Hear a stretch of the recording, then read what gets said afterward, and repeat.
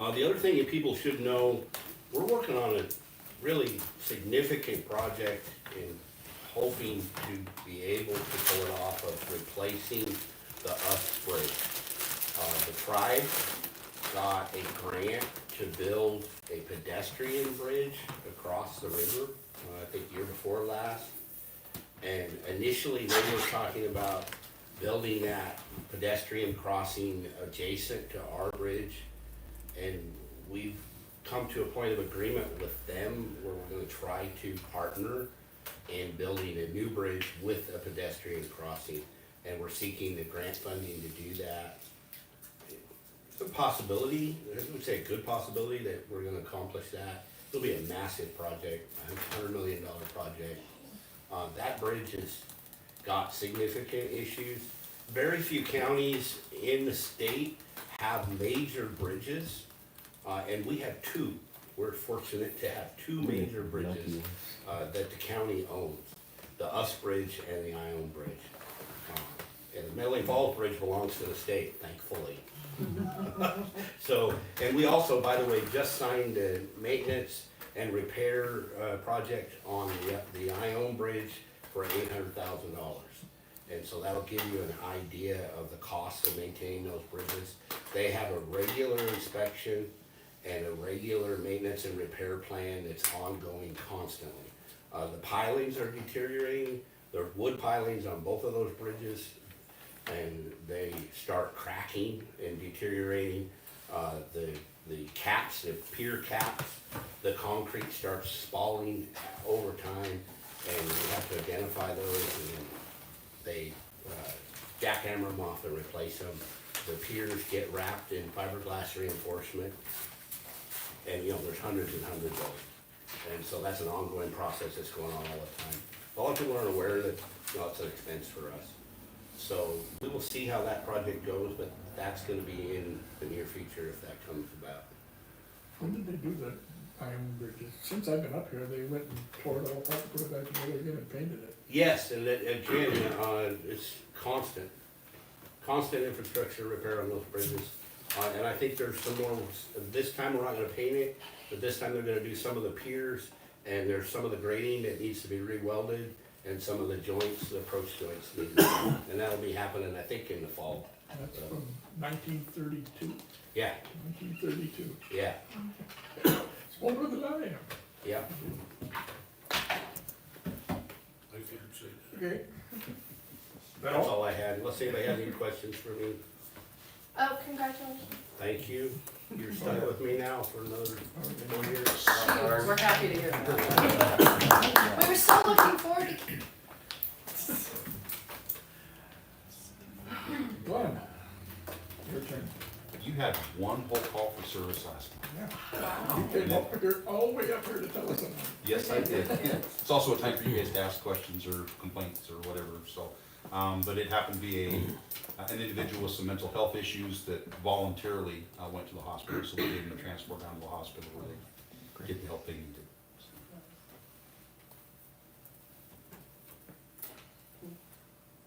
I'm formulating a question, but I might have to wait till next time to ask. It's just, yeah. You can just spit it out, I'm okay. No, I need to say that right. Okay. Blake, where Hi, are you? right over here. Yep. Well, Metaline had one call for service last month, one EMS call. We had 208 calls for service in Fire District 2, so that's up a bit from the month before. And for the year total, we're at 1,896 calls. Wow. So, That's covering the south end too. yeah, that's from the Canadian border down to the city of Newport with Have a ALS question. services, yes. So I've seen the levy failed again for Fire District 4, so what does that mean for our EMS and our firefighters? Doesn't mean anything to us, Okay, because your Fire District 2, I know, Fire District 5 and Fire District 4 both ran levies. but 4 I saw was failing. Yeah, they both missed the. They both, Yeah, because I know you're recovering the EMS. Yes, so we cover all of fire in the north. We cover EMS for half of Fire District 5, so down to milepost 404 or so. as part of Hospital District 2. So the southern half of that is now covered by us because we took over services when Pomes went out of business last November. So we're just a year now, providing it. So Fire District 4 and that second half of Fire District 5, we just continue to cover them. Okay, and are they still moving forward with an EMS district? That's a good question, Commissioner. I need to know. Uh, Because you're taking our north end wonderful individuals and you're sending them south. Well, I'm So- gonna punt that question to Mr. Rosenkrantz, because he's driving that discussion. But you'll remember our commitment, Yep, you know, I've heard it quoted many times. We've committed to taking a vote on that issue. yeah, Should the fire districts all come to an agreement right. that they are in support of it.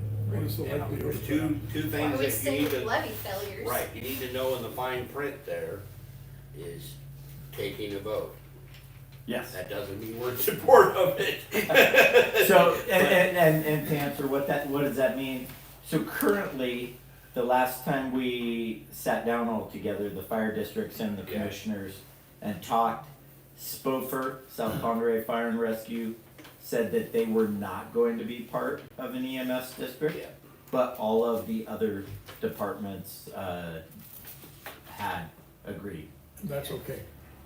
Oh, well, actually, it doesn't meet the requirements of the commissioners, which was all the fire departments. Now, since then, they have gotten a new chief in the south, but, still the same commissioners, really. So, Yeah, we'll have to, we have to sit down and have that conversation. We can ask the commissioners to vote. What we're asking for is the formation of an EMS district, so that hopefully we can begin to pursue grants and some other things to help assist. Either way, it hasn't cost Fire District 2's people anything. Well, I was just saying with 2 levy failures twice now, where's the money coming from? Are those fire districts going to have to go to a volunteer basis or volunteer They already firefighter? are. They already are. They So, already because they are. have no money coming in, correct? Well, no, they have some form of taxes coming in, they just don't have a lot. Yes. I know you punted the question to Commissioner Rosenkrantz, but do you know by any chance, last year when our county board of commissioners asked the state about, funding and things like that, and they said, we're not even talking to you because you don't have an EMS district. yeah. Do you know if that sentiment is still there now? Because it's been, what, You know, 8 months? I don't, but I know that's a typical response when you don't take advantage of local revenue options. You know, that, it isn't just in that but it's in every avenue. If you don't take advantage of options you have for local revenue, usually that puts you out of the running for state, for additional revenue. And I'll be outspoken and blunt, I am a big supporter of an EMS district, and I think it needs to happen. But I'm one commissioner, and so, and I think that it is a more appropriate and wise way to fund EMS services rather than having it funneled through fire levies. And I think that's a more appropriate way to fund it, and more efficient. And the larger you can make it, I feel it's a more efficient way. But I think Mr. Rosenkrantz is wise in that criteria, that we need to have the fire districts in support of this idea. And I think if they're not unified and not in support of it, it's probably not gonna work. And so I think that's a good balance. Yes? Just because of one district? Yeah, that's Yeah, exactly and that's my where it question. gets down there, Pete, is that too high a bar? I don't know, I don't know. I read some. The reason he could, I don't wanna put words in his mouth, the reason one district can make a big difference. So you have Fire District 2, Fire District 5, and Fire District 4, who are all standing in agreement on it. But altogether, that population is somewhere in the mark of around 5,000. The other 10,000 members of Ponderay County live in South Ponderay Fire and Rescue. And so to ignore this one district would be to ignore a greater number of citizens. And who also, a tax would affect. yeah, the largest tax base. Yeah, too. absolutely. So their tax base and their valuation is significant. Yeah. And which plays into that. But, you know, we have other districts that have lots smaller. tax base. But it's another have and have-nots standoff, because the 5,000 have such a smaller tax base, and also the percentage that they pay on every dollar is so much smaller, so they don't even have the revenue, so they are actually in more need of the EMS district. As a taxpayer, I don't think it's appropriate to have one district be able to hold the entire process hostage. Well, and in the end, it is our 3 commissioners who will get to make that decision. Right. So they were elected, and if they make a decision we don't like, then there's the opportunity down the road Yeah. to replace them, or to at least to let them know how we Got a road feel. away for me, thankfully. So, Yeah, but there's also petitions, right? Right, And correct. the different mayors could write on behalf of their constituents. There's Absolutely. other ways to apply the pressure. Yeah. Or, let me rephrase that, there are other ways to express concerns There you go. and preferences. Blake, Draw yes. a line somewhere south of us, make it more What- Conway, South Conway County. Can you tell us all the benefits of the EMS district, as we are now, Yeah. and what the benefits would be? So- Leaving so- out the taxes. Number one, you've got, instead of 5 administrative agencies, you've got 1. Right, so, Okay. so it would help bring the county together under a single EMS agency. So you would get consistent EMS care throughout the whole county. What you currently have is Fire District 2 has paramedics, and they're providing paramedic services. Now, we also have a contract with Newport Hospital, and we also have paramedics there, providing those services there. And then when they are available, providing to the greater area right there. What you have also is Spofer has now begun to hire paramedics.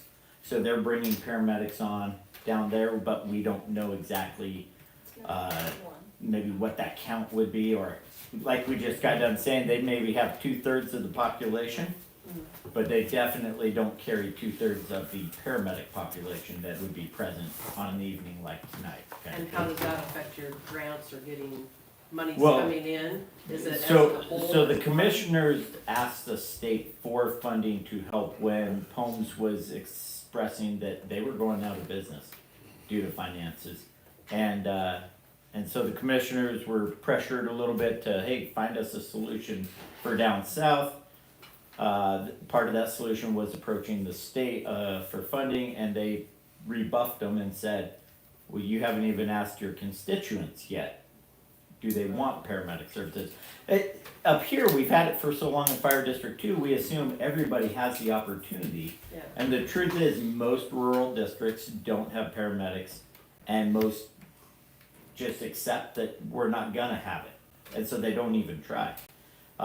Somebody in all their wisdom made that decision for all of us here some time ago, chose to send Jeff Wallace off to college. He got his paramedic, came back and practiced here, and begun that, started that, set that bar. And then we've been able to continue, as a hospital district and as the fire district to maintain that. And even this last 7 years improve upon that, so. And unfortunately, the fire side had almost always had to carry the Yeah. medical side. Yeah, Yeah. it's only been in the last little bit that the medical side has begun to carry itself, or carry the fire district even. Thank So, you. yep. I know we're blessed to have you guys up here, so I'm grateful. I didn't realize how fortunate we were. Uh, I got this job. All of Stevens County was without paramedic services. Some of the fire districts in Spokane County that would cover areas in the very south end would bring paramedic services over, or like Deer Park Ambulance had paramedics, and they would answer calls in the lower half of Stevens County. But the northern half of Stevens County, greater part of 2,000 square miles, had no paramedic services until they took offense to us going over to the hospital and transporting patients. And that's what lit a fire under them over there, is Well, that's a good they were tired of seeing our ambulances parked at their hospital, is the way they put it with us. And so they finally stepped up and brought paramedic services in. Good. Yeah. Okay, we gotta move on here. Mr. PUD. Oh, thank you for allowing us a little bit of time. So just wanted to give a quick update on some things we're working on. We just came from Selkirk High School and I gave about an hour presentation there. I won't do that here, I promise. Just one thing I would like to ask of you all is trying to raise awareness of what this PUD brings to this county. You know, I'm telling a story, I grew up in a very similar county in southwest Montana. Similar population, similar resource industry. You know, we had a tech chemical mine, believe it or not, that ended up shutting down. We had all these different resource-based industries, timbers, and every time I go home, that my hometown and my county is just kind of continuing to kind of drop. And so, you know, when we look around here, we're in better shape than a lot of places are, and I think part of the reason for that is the PUD here, being here. If you think about it, kind of trying a thought experiment, imagine what this county would be like without this PUD. You know, we employ 80-some employees, family wage jobs, they support the economy, they send their kids to our schools, they volunteer on our fire departments, they volunteer coaching, they spend money locally in the businesses, and so they do a lot to support the community. And especially the younger generations don't even know what they have, and unless you can appreciate something and value what it brings, you're much more likely to lose it. And it's no secret there's people in Olympia and other places that are trying to just chip away at our way of life out here, you know, passing laws and regulations that are having a direct impact on what we do as a PUD, and then indirectly impact all of you, because we have to cover the cost of those and recover those somehow, probably through our electric rates. So, just something to think about and maybe appreciate. You know, people trying to remove dams and save the fish and all this kind of stuff, and they just don't really understand all this brings. And if they get one dam, they're not going to stop at one. And you know, so we just have to be prepared to stand up and fight and protect for what we have and our quality of life and what we have here. So just wanted to put that out there. So I've been at the PUD about 10 months, and been very blessed to work with a very talented team. I've got two of my senior leaders here with April Owen, our Chief Financial Officer, and Joe Hathaway is our Public Information guy. We've been working for about the last 8 months trying to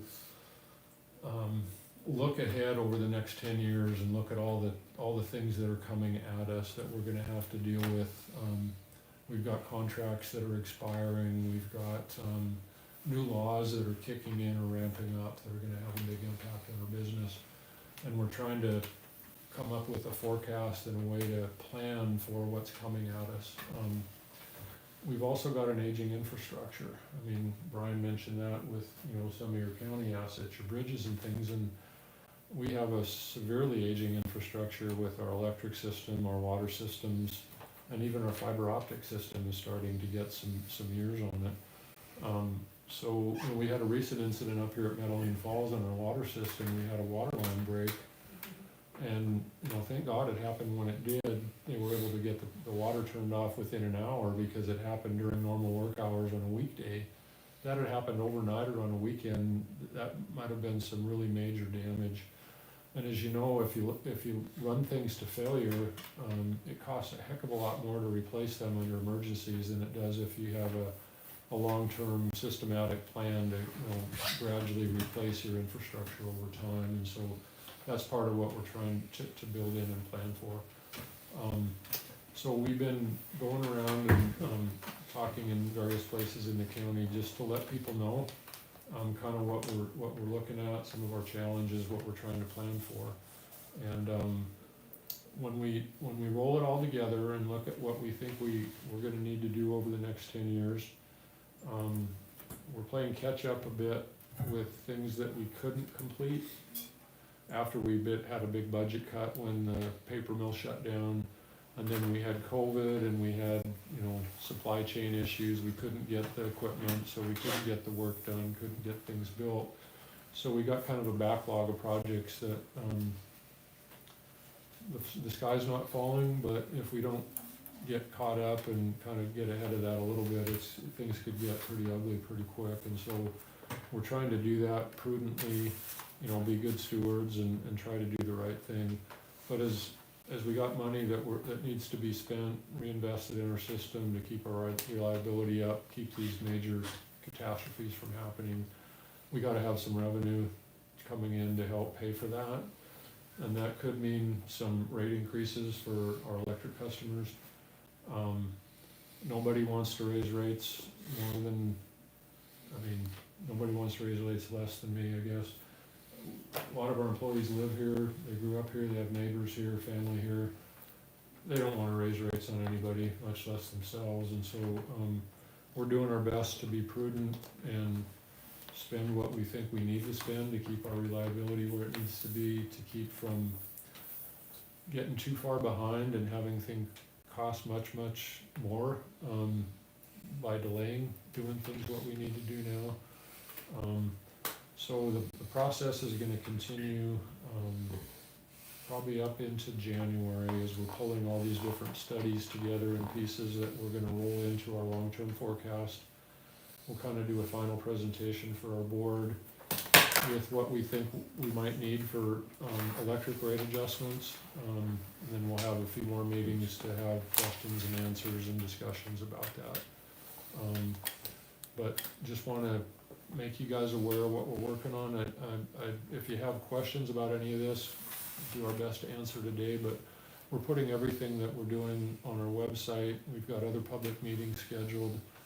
I encourage you to most of them are virtual as well as in person, so you can dial in via Teams, listen in, attend in person if you can. We just want to make sure we're getting the word out, and nothing we do should surprise you. We work for you. We're just trying to be good stewards of the assets that you all have invested in and owned over the years, and just trying to be as open as we can about it. So that's really basically it. I just condensed down a 1 hour presentation into just a few minutes.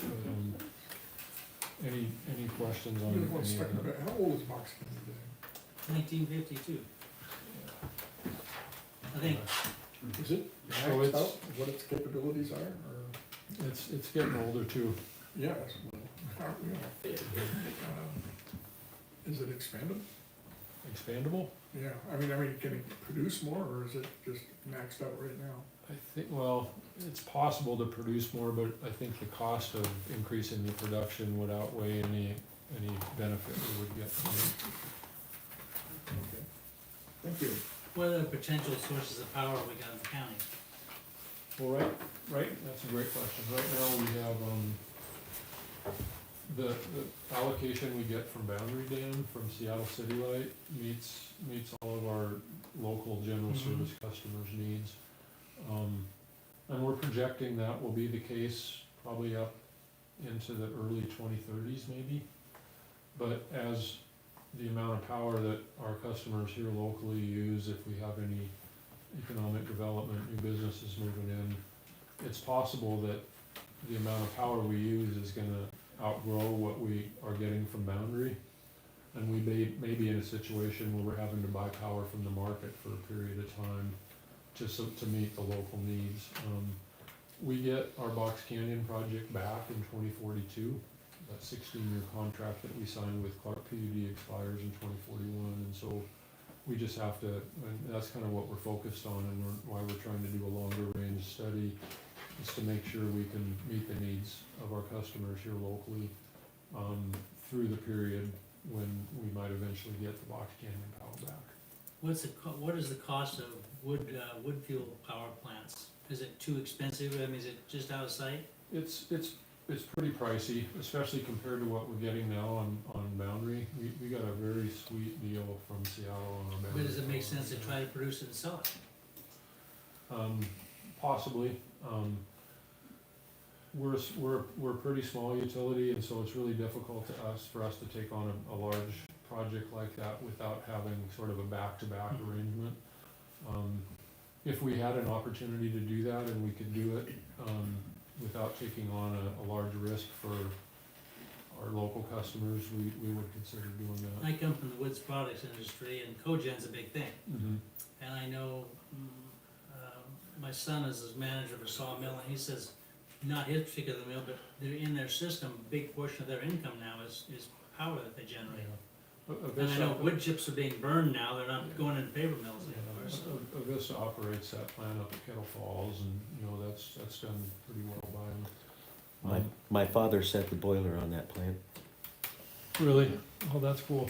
So we are looking at our options, so we're undertaking what we call an integrated resource plan, which is a long-term look at what you project your power consumption in your local area is gonna be, what your power resources or sources are gonna be, and you kind of come up with the least cost way of meeting the local needs, and so everything's on the table right now, including what you just suggested. Well, like I said, I was looking at it as a way to generate income, not necessarily generate income from the wood waste in this country, because, you know, the Forest Service has got this master plan to go out there and try to clean up, Mhm. you know, some of these things, and over on the coast, we took all that stuff into the cogen plants. We hauled it straight from the woods to cogen plants. Mhm. And, just looking at some ways to produce power, if we're gonna have this big shortage in, you know, 5 to 10 years. Yeah. We're not projecting a big shortage. If we were gonna have a big shortage, we'd be looking at it differently. The shortage might not even occur depending on what happens with the growth of our local consumption. I'm not but it- talking but it about could. Ponderosa County, I'm talking about statewide, nationally. I mean, you said you wanna look down the road, that's Mhm. further down the road maybe than you wanna look. Yeah. Well, it is something we're looking at, but mainly for our local load needs. I mean, knowing that we'll get Box Canyon back in 2042, adding another large resource to our mix now just puts us in a much more unbalanced position with what we need versus what we have. So we just need to be thoughtful about that. Okay, thank you. Thank you. Thank you. Wayne? Maintenance report, we're pretty much, I think we've got everything turned off, blowed out, tied down, covered, moved, marked. I was gonna say markers. Yep, so, and Kelly and I will actually be heading to Spokane early in the morning and picking up the plow. So, it's, Just in the nick of time. exactly. So, yeah, I think, everything is pretty much put away and ready for winter. Thank you. Old business, we got the pickleball update, Mr. Flanagan.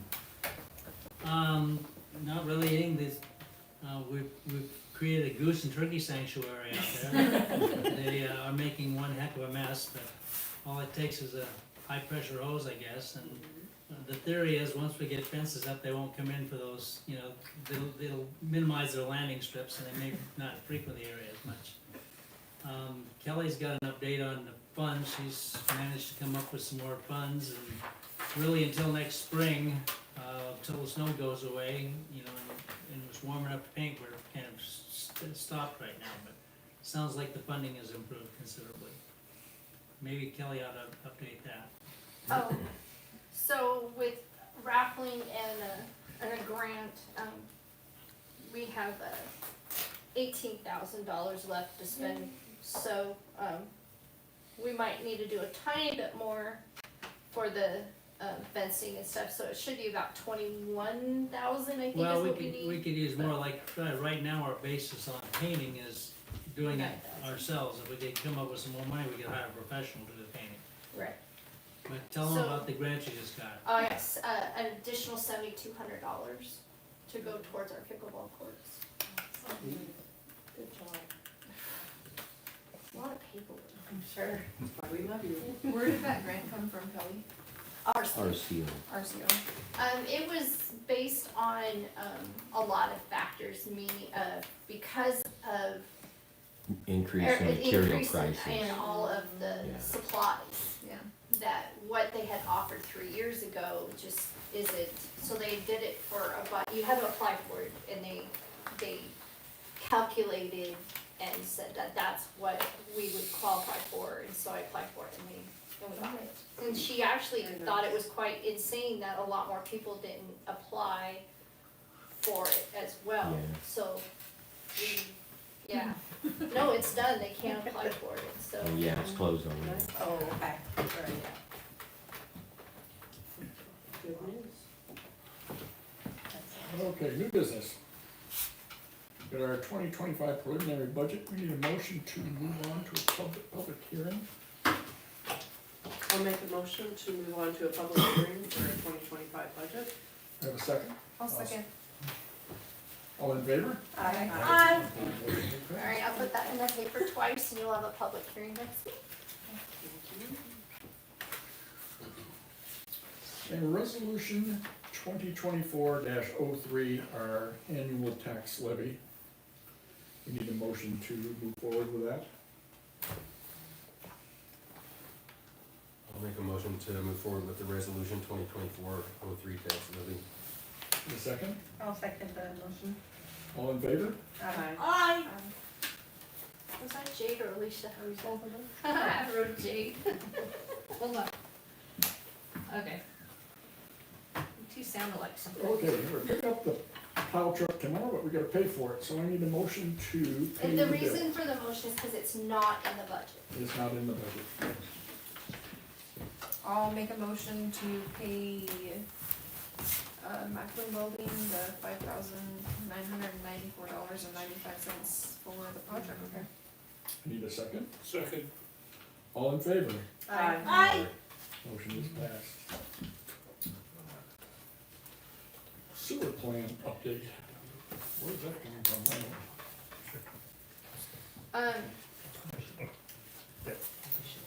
I did our, mandatory webinar, and, Century West has now begun the sewer plan. So you will probably, be invited to, public meetings with them. A lot of the water plan, Thank you. Delane and I did, because there's a lot of templates, but there are some things in the sewer plan, because it's different, that require council, like when we did our developmental regulations, that you'll need to be involved with. Okay. So I'm just bringing that to the table.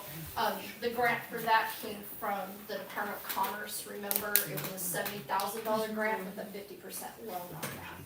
I am currently looking at asking, the EDAC for .09 funds to pay for that match on that sewer plan. Wow. Can the EDAC spend money right now? Yes, they have money to spend for the end of the year.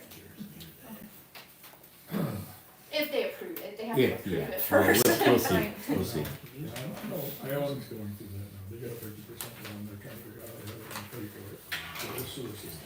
Or something like that. Yeah, it's a mess. Yeah, we've had problems forever. Yeah. Anyway, Lane Cates will speak. Pretty much, I just wanted to let everybody know that I'm probably going to be here through the end of the year.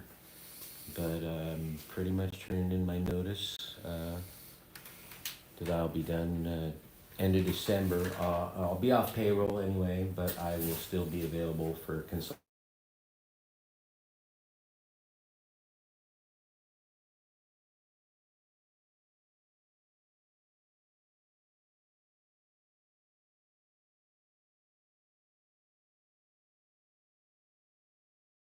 Physically, or the end of December, physically I'll be in here, and Mick Kelly and I are getting all of the paperwork sorted out so And that she. pulling everything out of his brain that he can think of and writing it in a book. It's a jumbled mess. Yeah, so, You guys have anything? yeah, if there's any questions, please don't be afraid to ask, I because think it we've may known be this something. brain's a mess for quite some time. Yeah, it may be something important, I have no idea, so anyway, yeah, we're just, So we're just getting paperwork and all that for the plants mainly, because there's a lot of that for the Department of Ecology and Department of Health. Is, If you didn't know the proper fecal coliforms that come in a finish, that go out raw, and they go in this and go out that, and the Yeah. humidity this, and ask, this, and then there's a ask Blake temperature about for it all. taking samples for me and sticking his finger in a bottle. Anyway, that's a whole other thing. She's gonna torture us, so. Mhm. Oh, Mine has done I'm the sure. water and sewer reports. So, but and I will still be, just if there's questions or some, if there's, I'm sure there will be things that I will have forgotten to tell somebody, but just call me because, yeah, we can figure it out over the phone too. But Like where a check valve is, that he knows. Well, hopefully we can get some snow by the end of the month that you can train some new snowplow and drivers. yes, and that's if anyone wants to learn the plow or whatever, we can run through that and you will have Mikey. I do not know. I really couldn't tell you his plans. I just don't know, and yeah. So, Yeah. but I think as long as we just cover every base and just hope for the best, expect the worst, yada yada yada. It'll be fine. We can't replace you. Oh, Not all your wisdom, we cannot. We'll figure it out. So anyway, that's pretty much where I'm at. thank you. Thank you. For all of your You're welcome. Thank you. You're welcome. Treasurer's report. Nope, council. Oh, what? Other than treasurer's report? Yeah, it's treasurer. Oh, wow, I messed up my sheet. Yeah, It's okay, you're You under. did something right. get your sheet together. Payroll, $8,955.22, expenses, $5,554.24, revenues, $10,654.48. Okay, need a motion to accept the treasurer's report. I'll make a motion to accept the treasurer's report. Second, I'll second. all in favor? Aye. Yes, thank you. Councilman reports and ladies. I don't have anything on the cemetery, other than it looks nice. From the work that the Flanagans donated and did up there, I think there's The an building looks ongoing great. plan to somehow keep the turkeys out of there. We need an appointment, because I'm filing for that hazard mitigation money to get that road fixed, and I need Oh, yeah. statistics from the fire Yes. department. Who should I talk to? I'm sure it's me. I'll I'm make not gonna try to coffee. push that off, but, yeah, I'll make coffee, okay. and just in another month or so. Okay. I have till February. Ooh, we should set up one of those propane boom things up there. It only works for a little while. To when I keep the get used to turkeys it. out. It just Yeah, works yeah. for a little Oh, while. well, I watch them use It'd it be for fun to elk hear and down every here. other thing. The neighbors would love it. Where the elk wouldn't even raise their heads anymore. Supply turkeys for turkey dinner. Yeah, we Yeah. could go up and, you know. Pretty much hunt them With a out. shotgun, yep. Take care of Turkey in every pot. Yeah. Turkey in it. Be a happy Thanksgiving. Yeah, I'm If you can ready stomach for it, it. you're allowed to, yeah. How many, what was the number? Yeah, the wild ones aren't really very good eating. Not really. Yeah, talk about your monster mash. Well, That's Monster all I Mash take. was a success again. We had at least 200 people, well, at least, yeah. I think almost all the candy, all the hot dogs, chili, popcorn, everything was gone. The donuts, houses, everything was a fantastic success again.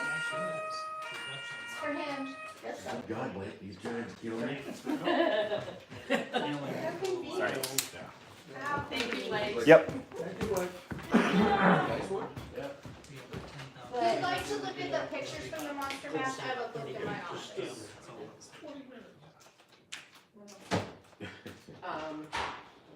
Okay, Jay, Jade has the chamber. you wanted to make some, this is, I was gonna do it. we don't have to wait. Oh, you for can do public it now. comments. You can do it now. Okay. You can talk about anything you want in the council reports. The chamber, I'll just touch base on it quickly. The chamber is doing quarterly meetings now instead of every month. It works out better for our attendance, and I think that we get more done in quarterly meetings. We have a lot more people there. We have gotten a new email. If you guys haven't gotten it, please let me know. I got it. Send one to me. Okay, I've been working on that for 2 months, everything's set up. I've been trying to push out emails just here and there to see who's responding and who's getting what. We have been working with the EDAC very closely. I had a couple meetings with the director, Jessica Garza. It's been great. A little taste of what the chamber can do is really starting to bite. We have business letters going out to our members. They're gonna be setting up photo booths during Deck the Falls in their storefronts. We're hoping to get some Facebook traffic through to their websites, shoppers coming back to their stores. We have a Christmas party this year. It's gonna be annual. We have flyers going out tomorrow, so look for it. I'll post them on doors. I'll send them through the emails. It's by reservation for the dinner. We're even gonna have live music. It's gonna be a good one. Where's it gonna be? It's gonna be at the Cutter Theater. Did you say that and I wasn't listening? Cause it's on. No, we were gonna try to push it out to local businesses, more like the catering, the music. But we were so strapped on time, I didn't have enough time to get all of that together. I tried, but it didn't work. So this year it's gonna be at the Cutter, and we went as local as possible and reached out to different chamber members. But it's all set.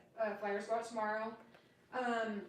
We went last week with the Town of Metaline Falls Decor Committee, and we helped put up the Christmas, well, we didn't do elves because it really broke down. But we did put up the backboards that were painted. We got some reindeer and stuff up. Our next step is getting, the kids are doing school posters, they're coloring them, so we're gonna get copies, and they're gonna be hung up during, Deck the Falls, the Redneck Christmas Lights Parade, under the Christmas lights, and then the kids can go and find their posters and be kind of magical for them. That's it so far. There's going to be more, I guarantee it. Put me on your mailing list, your Okay. email. Hey, Rick? Park looks good, almost ready to burn up some. Well, yeah, no, we're not gonna have fires too wet, but We're let's think, composting. we got some posts we gotta get rid of, no, it looks great, the park looks good, the pile's been pretty well maintained, Yeah, there's no junk there that, Very little, we got a little bit in yeah, the I seen a little beginning, bit and- down there one of my last trips, and it's actually building material, it's not. Yeah, it's nothing bad or Right, anything, yeah, it's it's actually nothing just some bad, wood, it's stuff that but when we do burn, we can Yeah. throw it in there. if we see anybody doing that. You know, if we you just push it wanna up into a curtail pile, it. it spontaneously combusts. That's right, yeah, well, we'll do that. I've had them do it, like the wet eggs stuff. And, Rick, I don't know, Super hard to weigh the one. graded Put it in and there. packed and did everything? Oh, yes. yeah, Yes. I forgot to mention that, I'm sorry, but I don't yes. know who did you Uh, arrange to have? Actually, I had asked Kelly, and Kelly got a hold of Lloyd Dixon, and he had him come They did down. an excellent. Yeah, I have been working on that since February of this year because I wanted it done before 4th of July. Yeah, That's how long it took me to finally get somebody in a grader to come yeah, down. they did an It's not very excellent job. good. Do you? Yes. If I'd have known that, I'd asked, I can run a grader. I just needed a grader It and was I didn't right have one. there. What I did was run a grader, but yeah, we could get it done if we had a grader. Yeah, well, if they See, got that light them. can't load anything out. Exactly, I know, they won't let anybody in it, so that's why I asked, and I asked early thinking it would take them, just a little while, but it's okay, it's done, it's done, and it's nice. Dirt for our grass to top. And they're supposed to be bringing me down a 10-yard load. They were dumping something down there this morning, but I. Yeah, didn't it post should be down. Okay, it should be topsoil, Yeah. because my plan before I got sick again here was I was gonna be doing a bunch of top dressing around the playground and stuff, it needs to be top dressed and reseeded.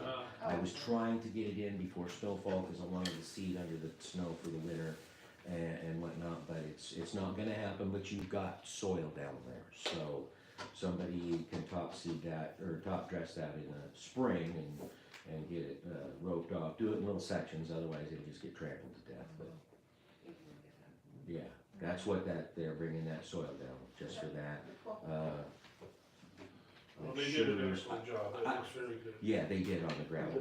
I don't think I have much in the way of grass seed right now, though. That was one thing that I think I was gonna see if the beautification committee could perhaps spring for some seed. And it's possible Seattle City Light Night also, I don't know, but we can ask, so It's been anyway. 5 years since we got the park. No, It was Three. 21. it's been 3, yeah. Cause I remember 2020 still washing my feet off. Yeah. It's just been a few It was years. the year. So it's, I mean, that, it was pretty tore up. And, Yeah, And yeah. so It's getting there. 3 It was years ought to be something we ought to be able to figure out a way to schedule that with Seattle City Lights, so that they, Yeah. and give us a little heads up when we're gonna do it. Well, they got the docks out earlier this year, which Yep. is, Yep, those are out they're and putting stashed. away for the year, so. Yeah.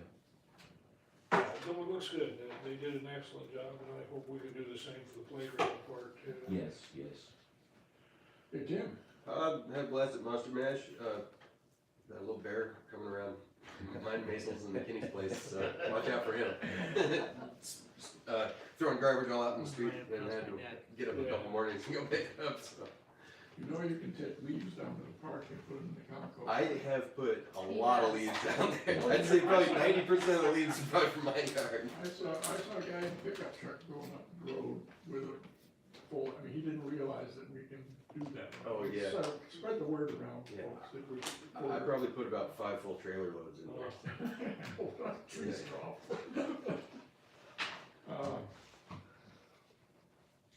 Public comment. Got anything, Dave? No. It was nice to see the PD folks come up.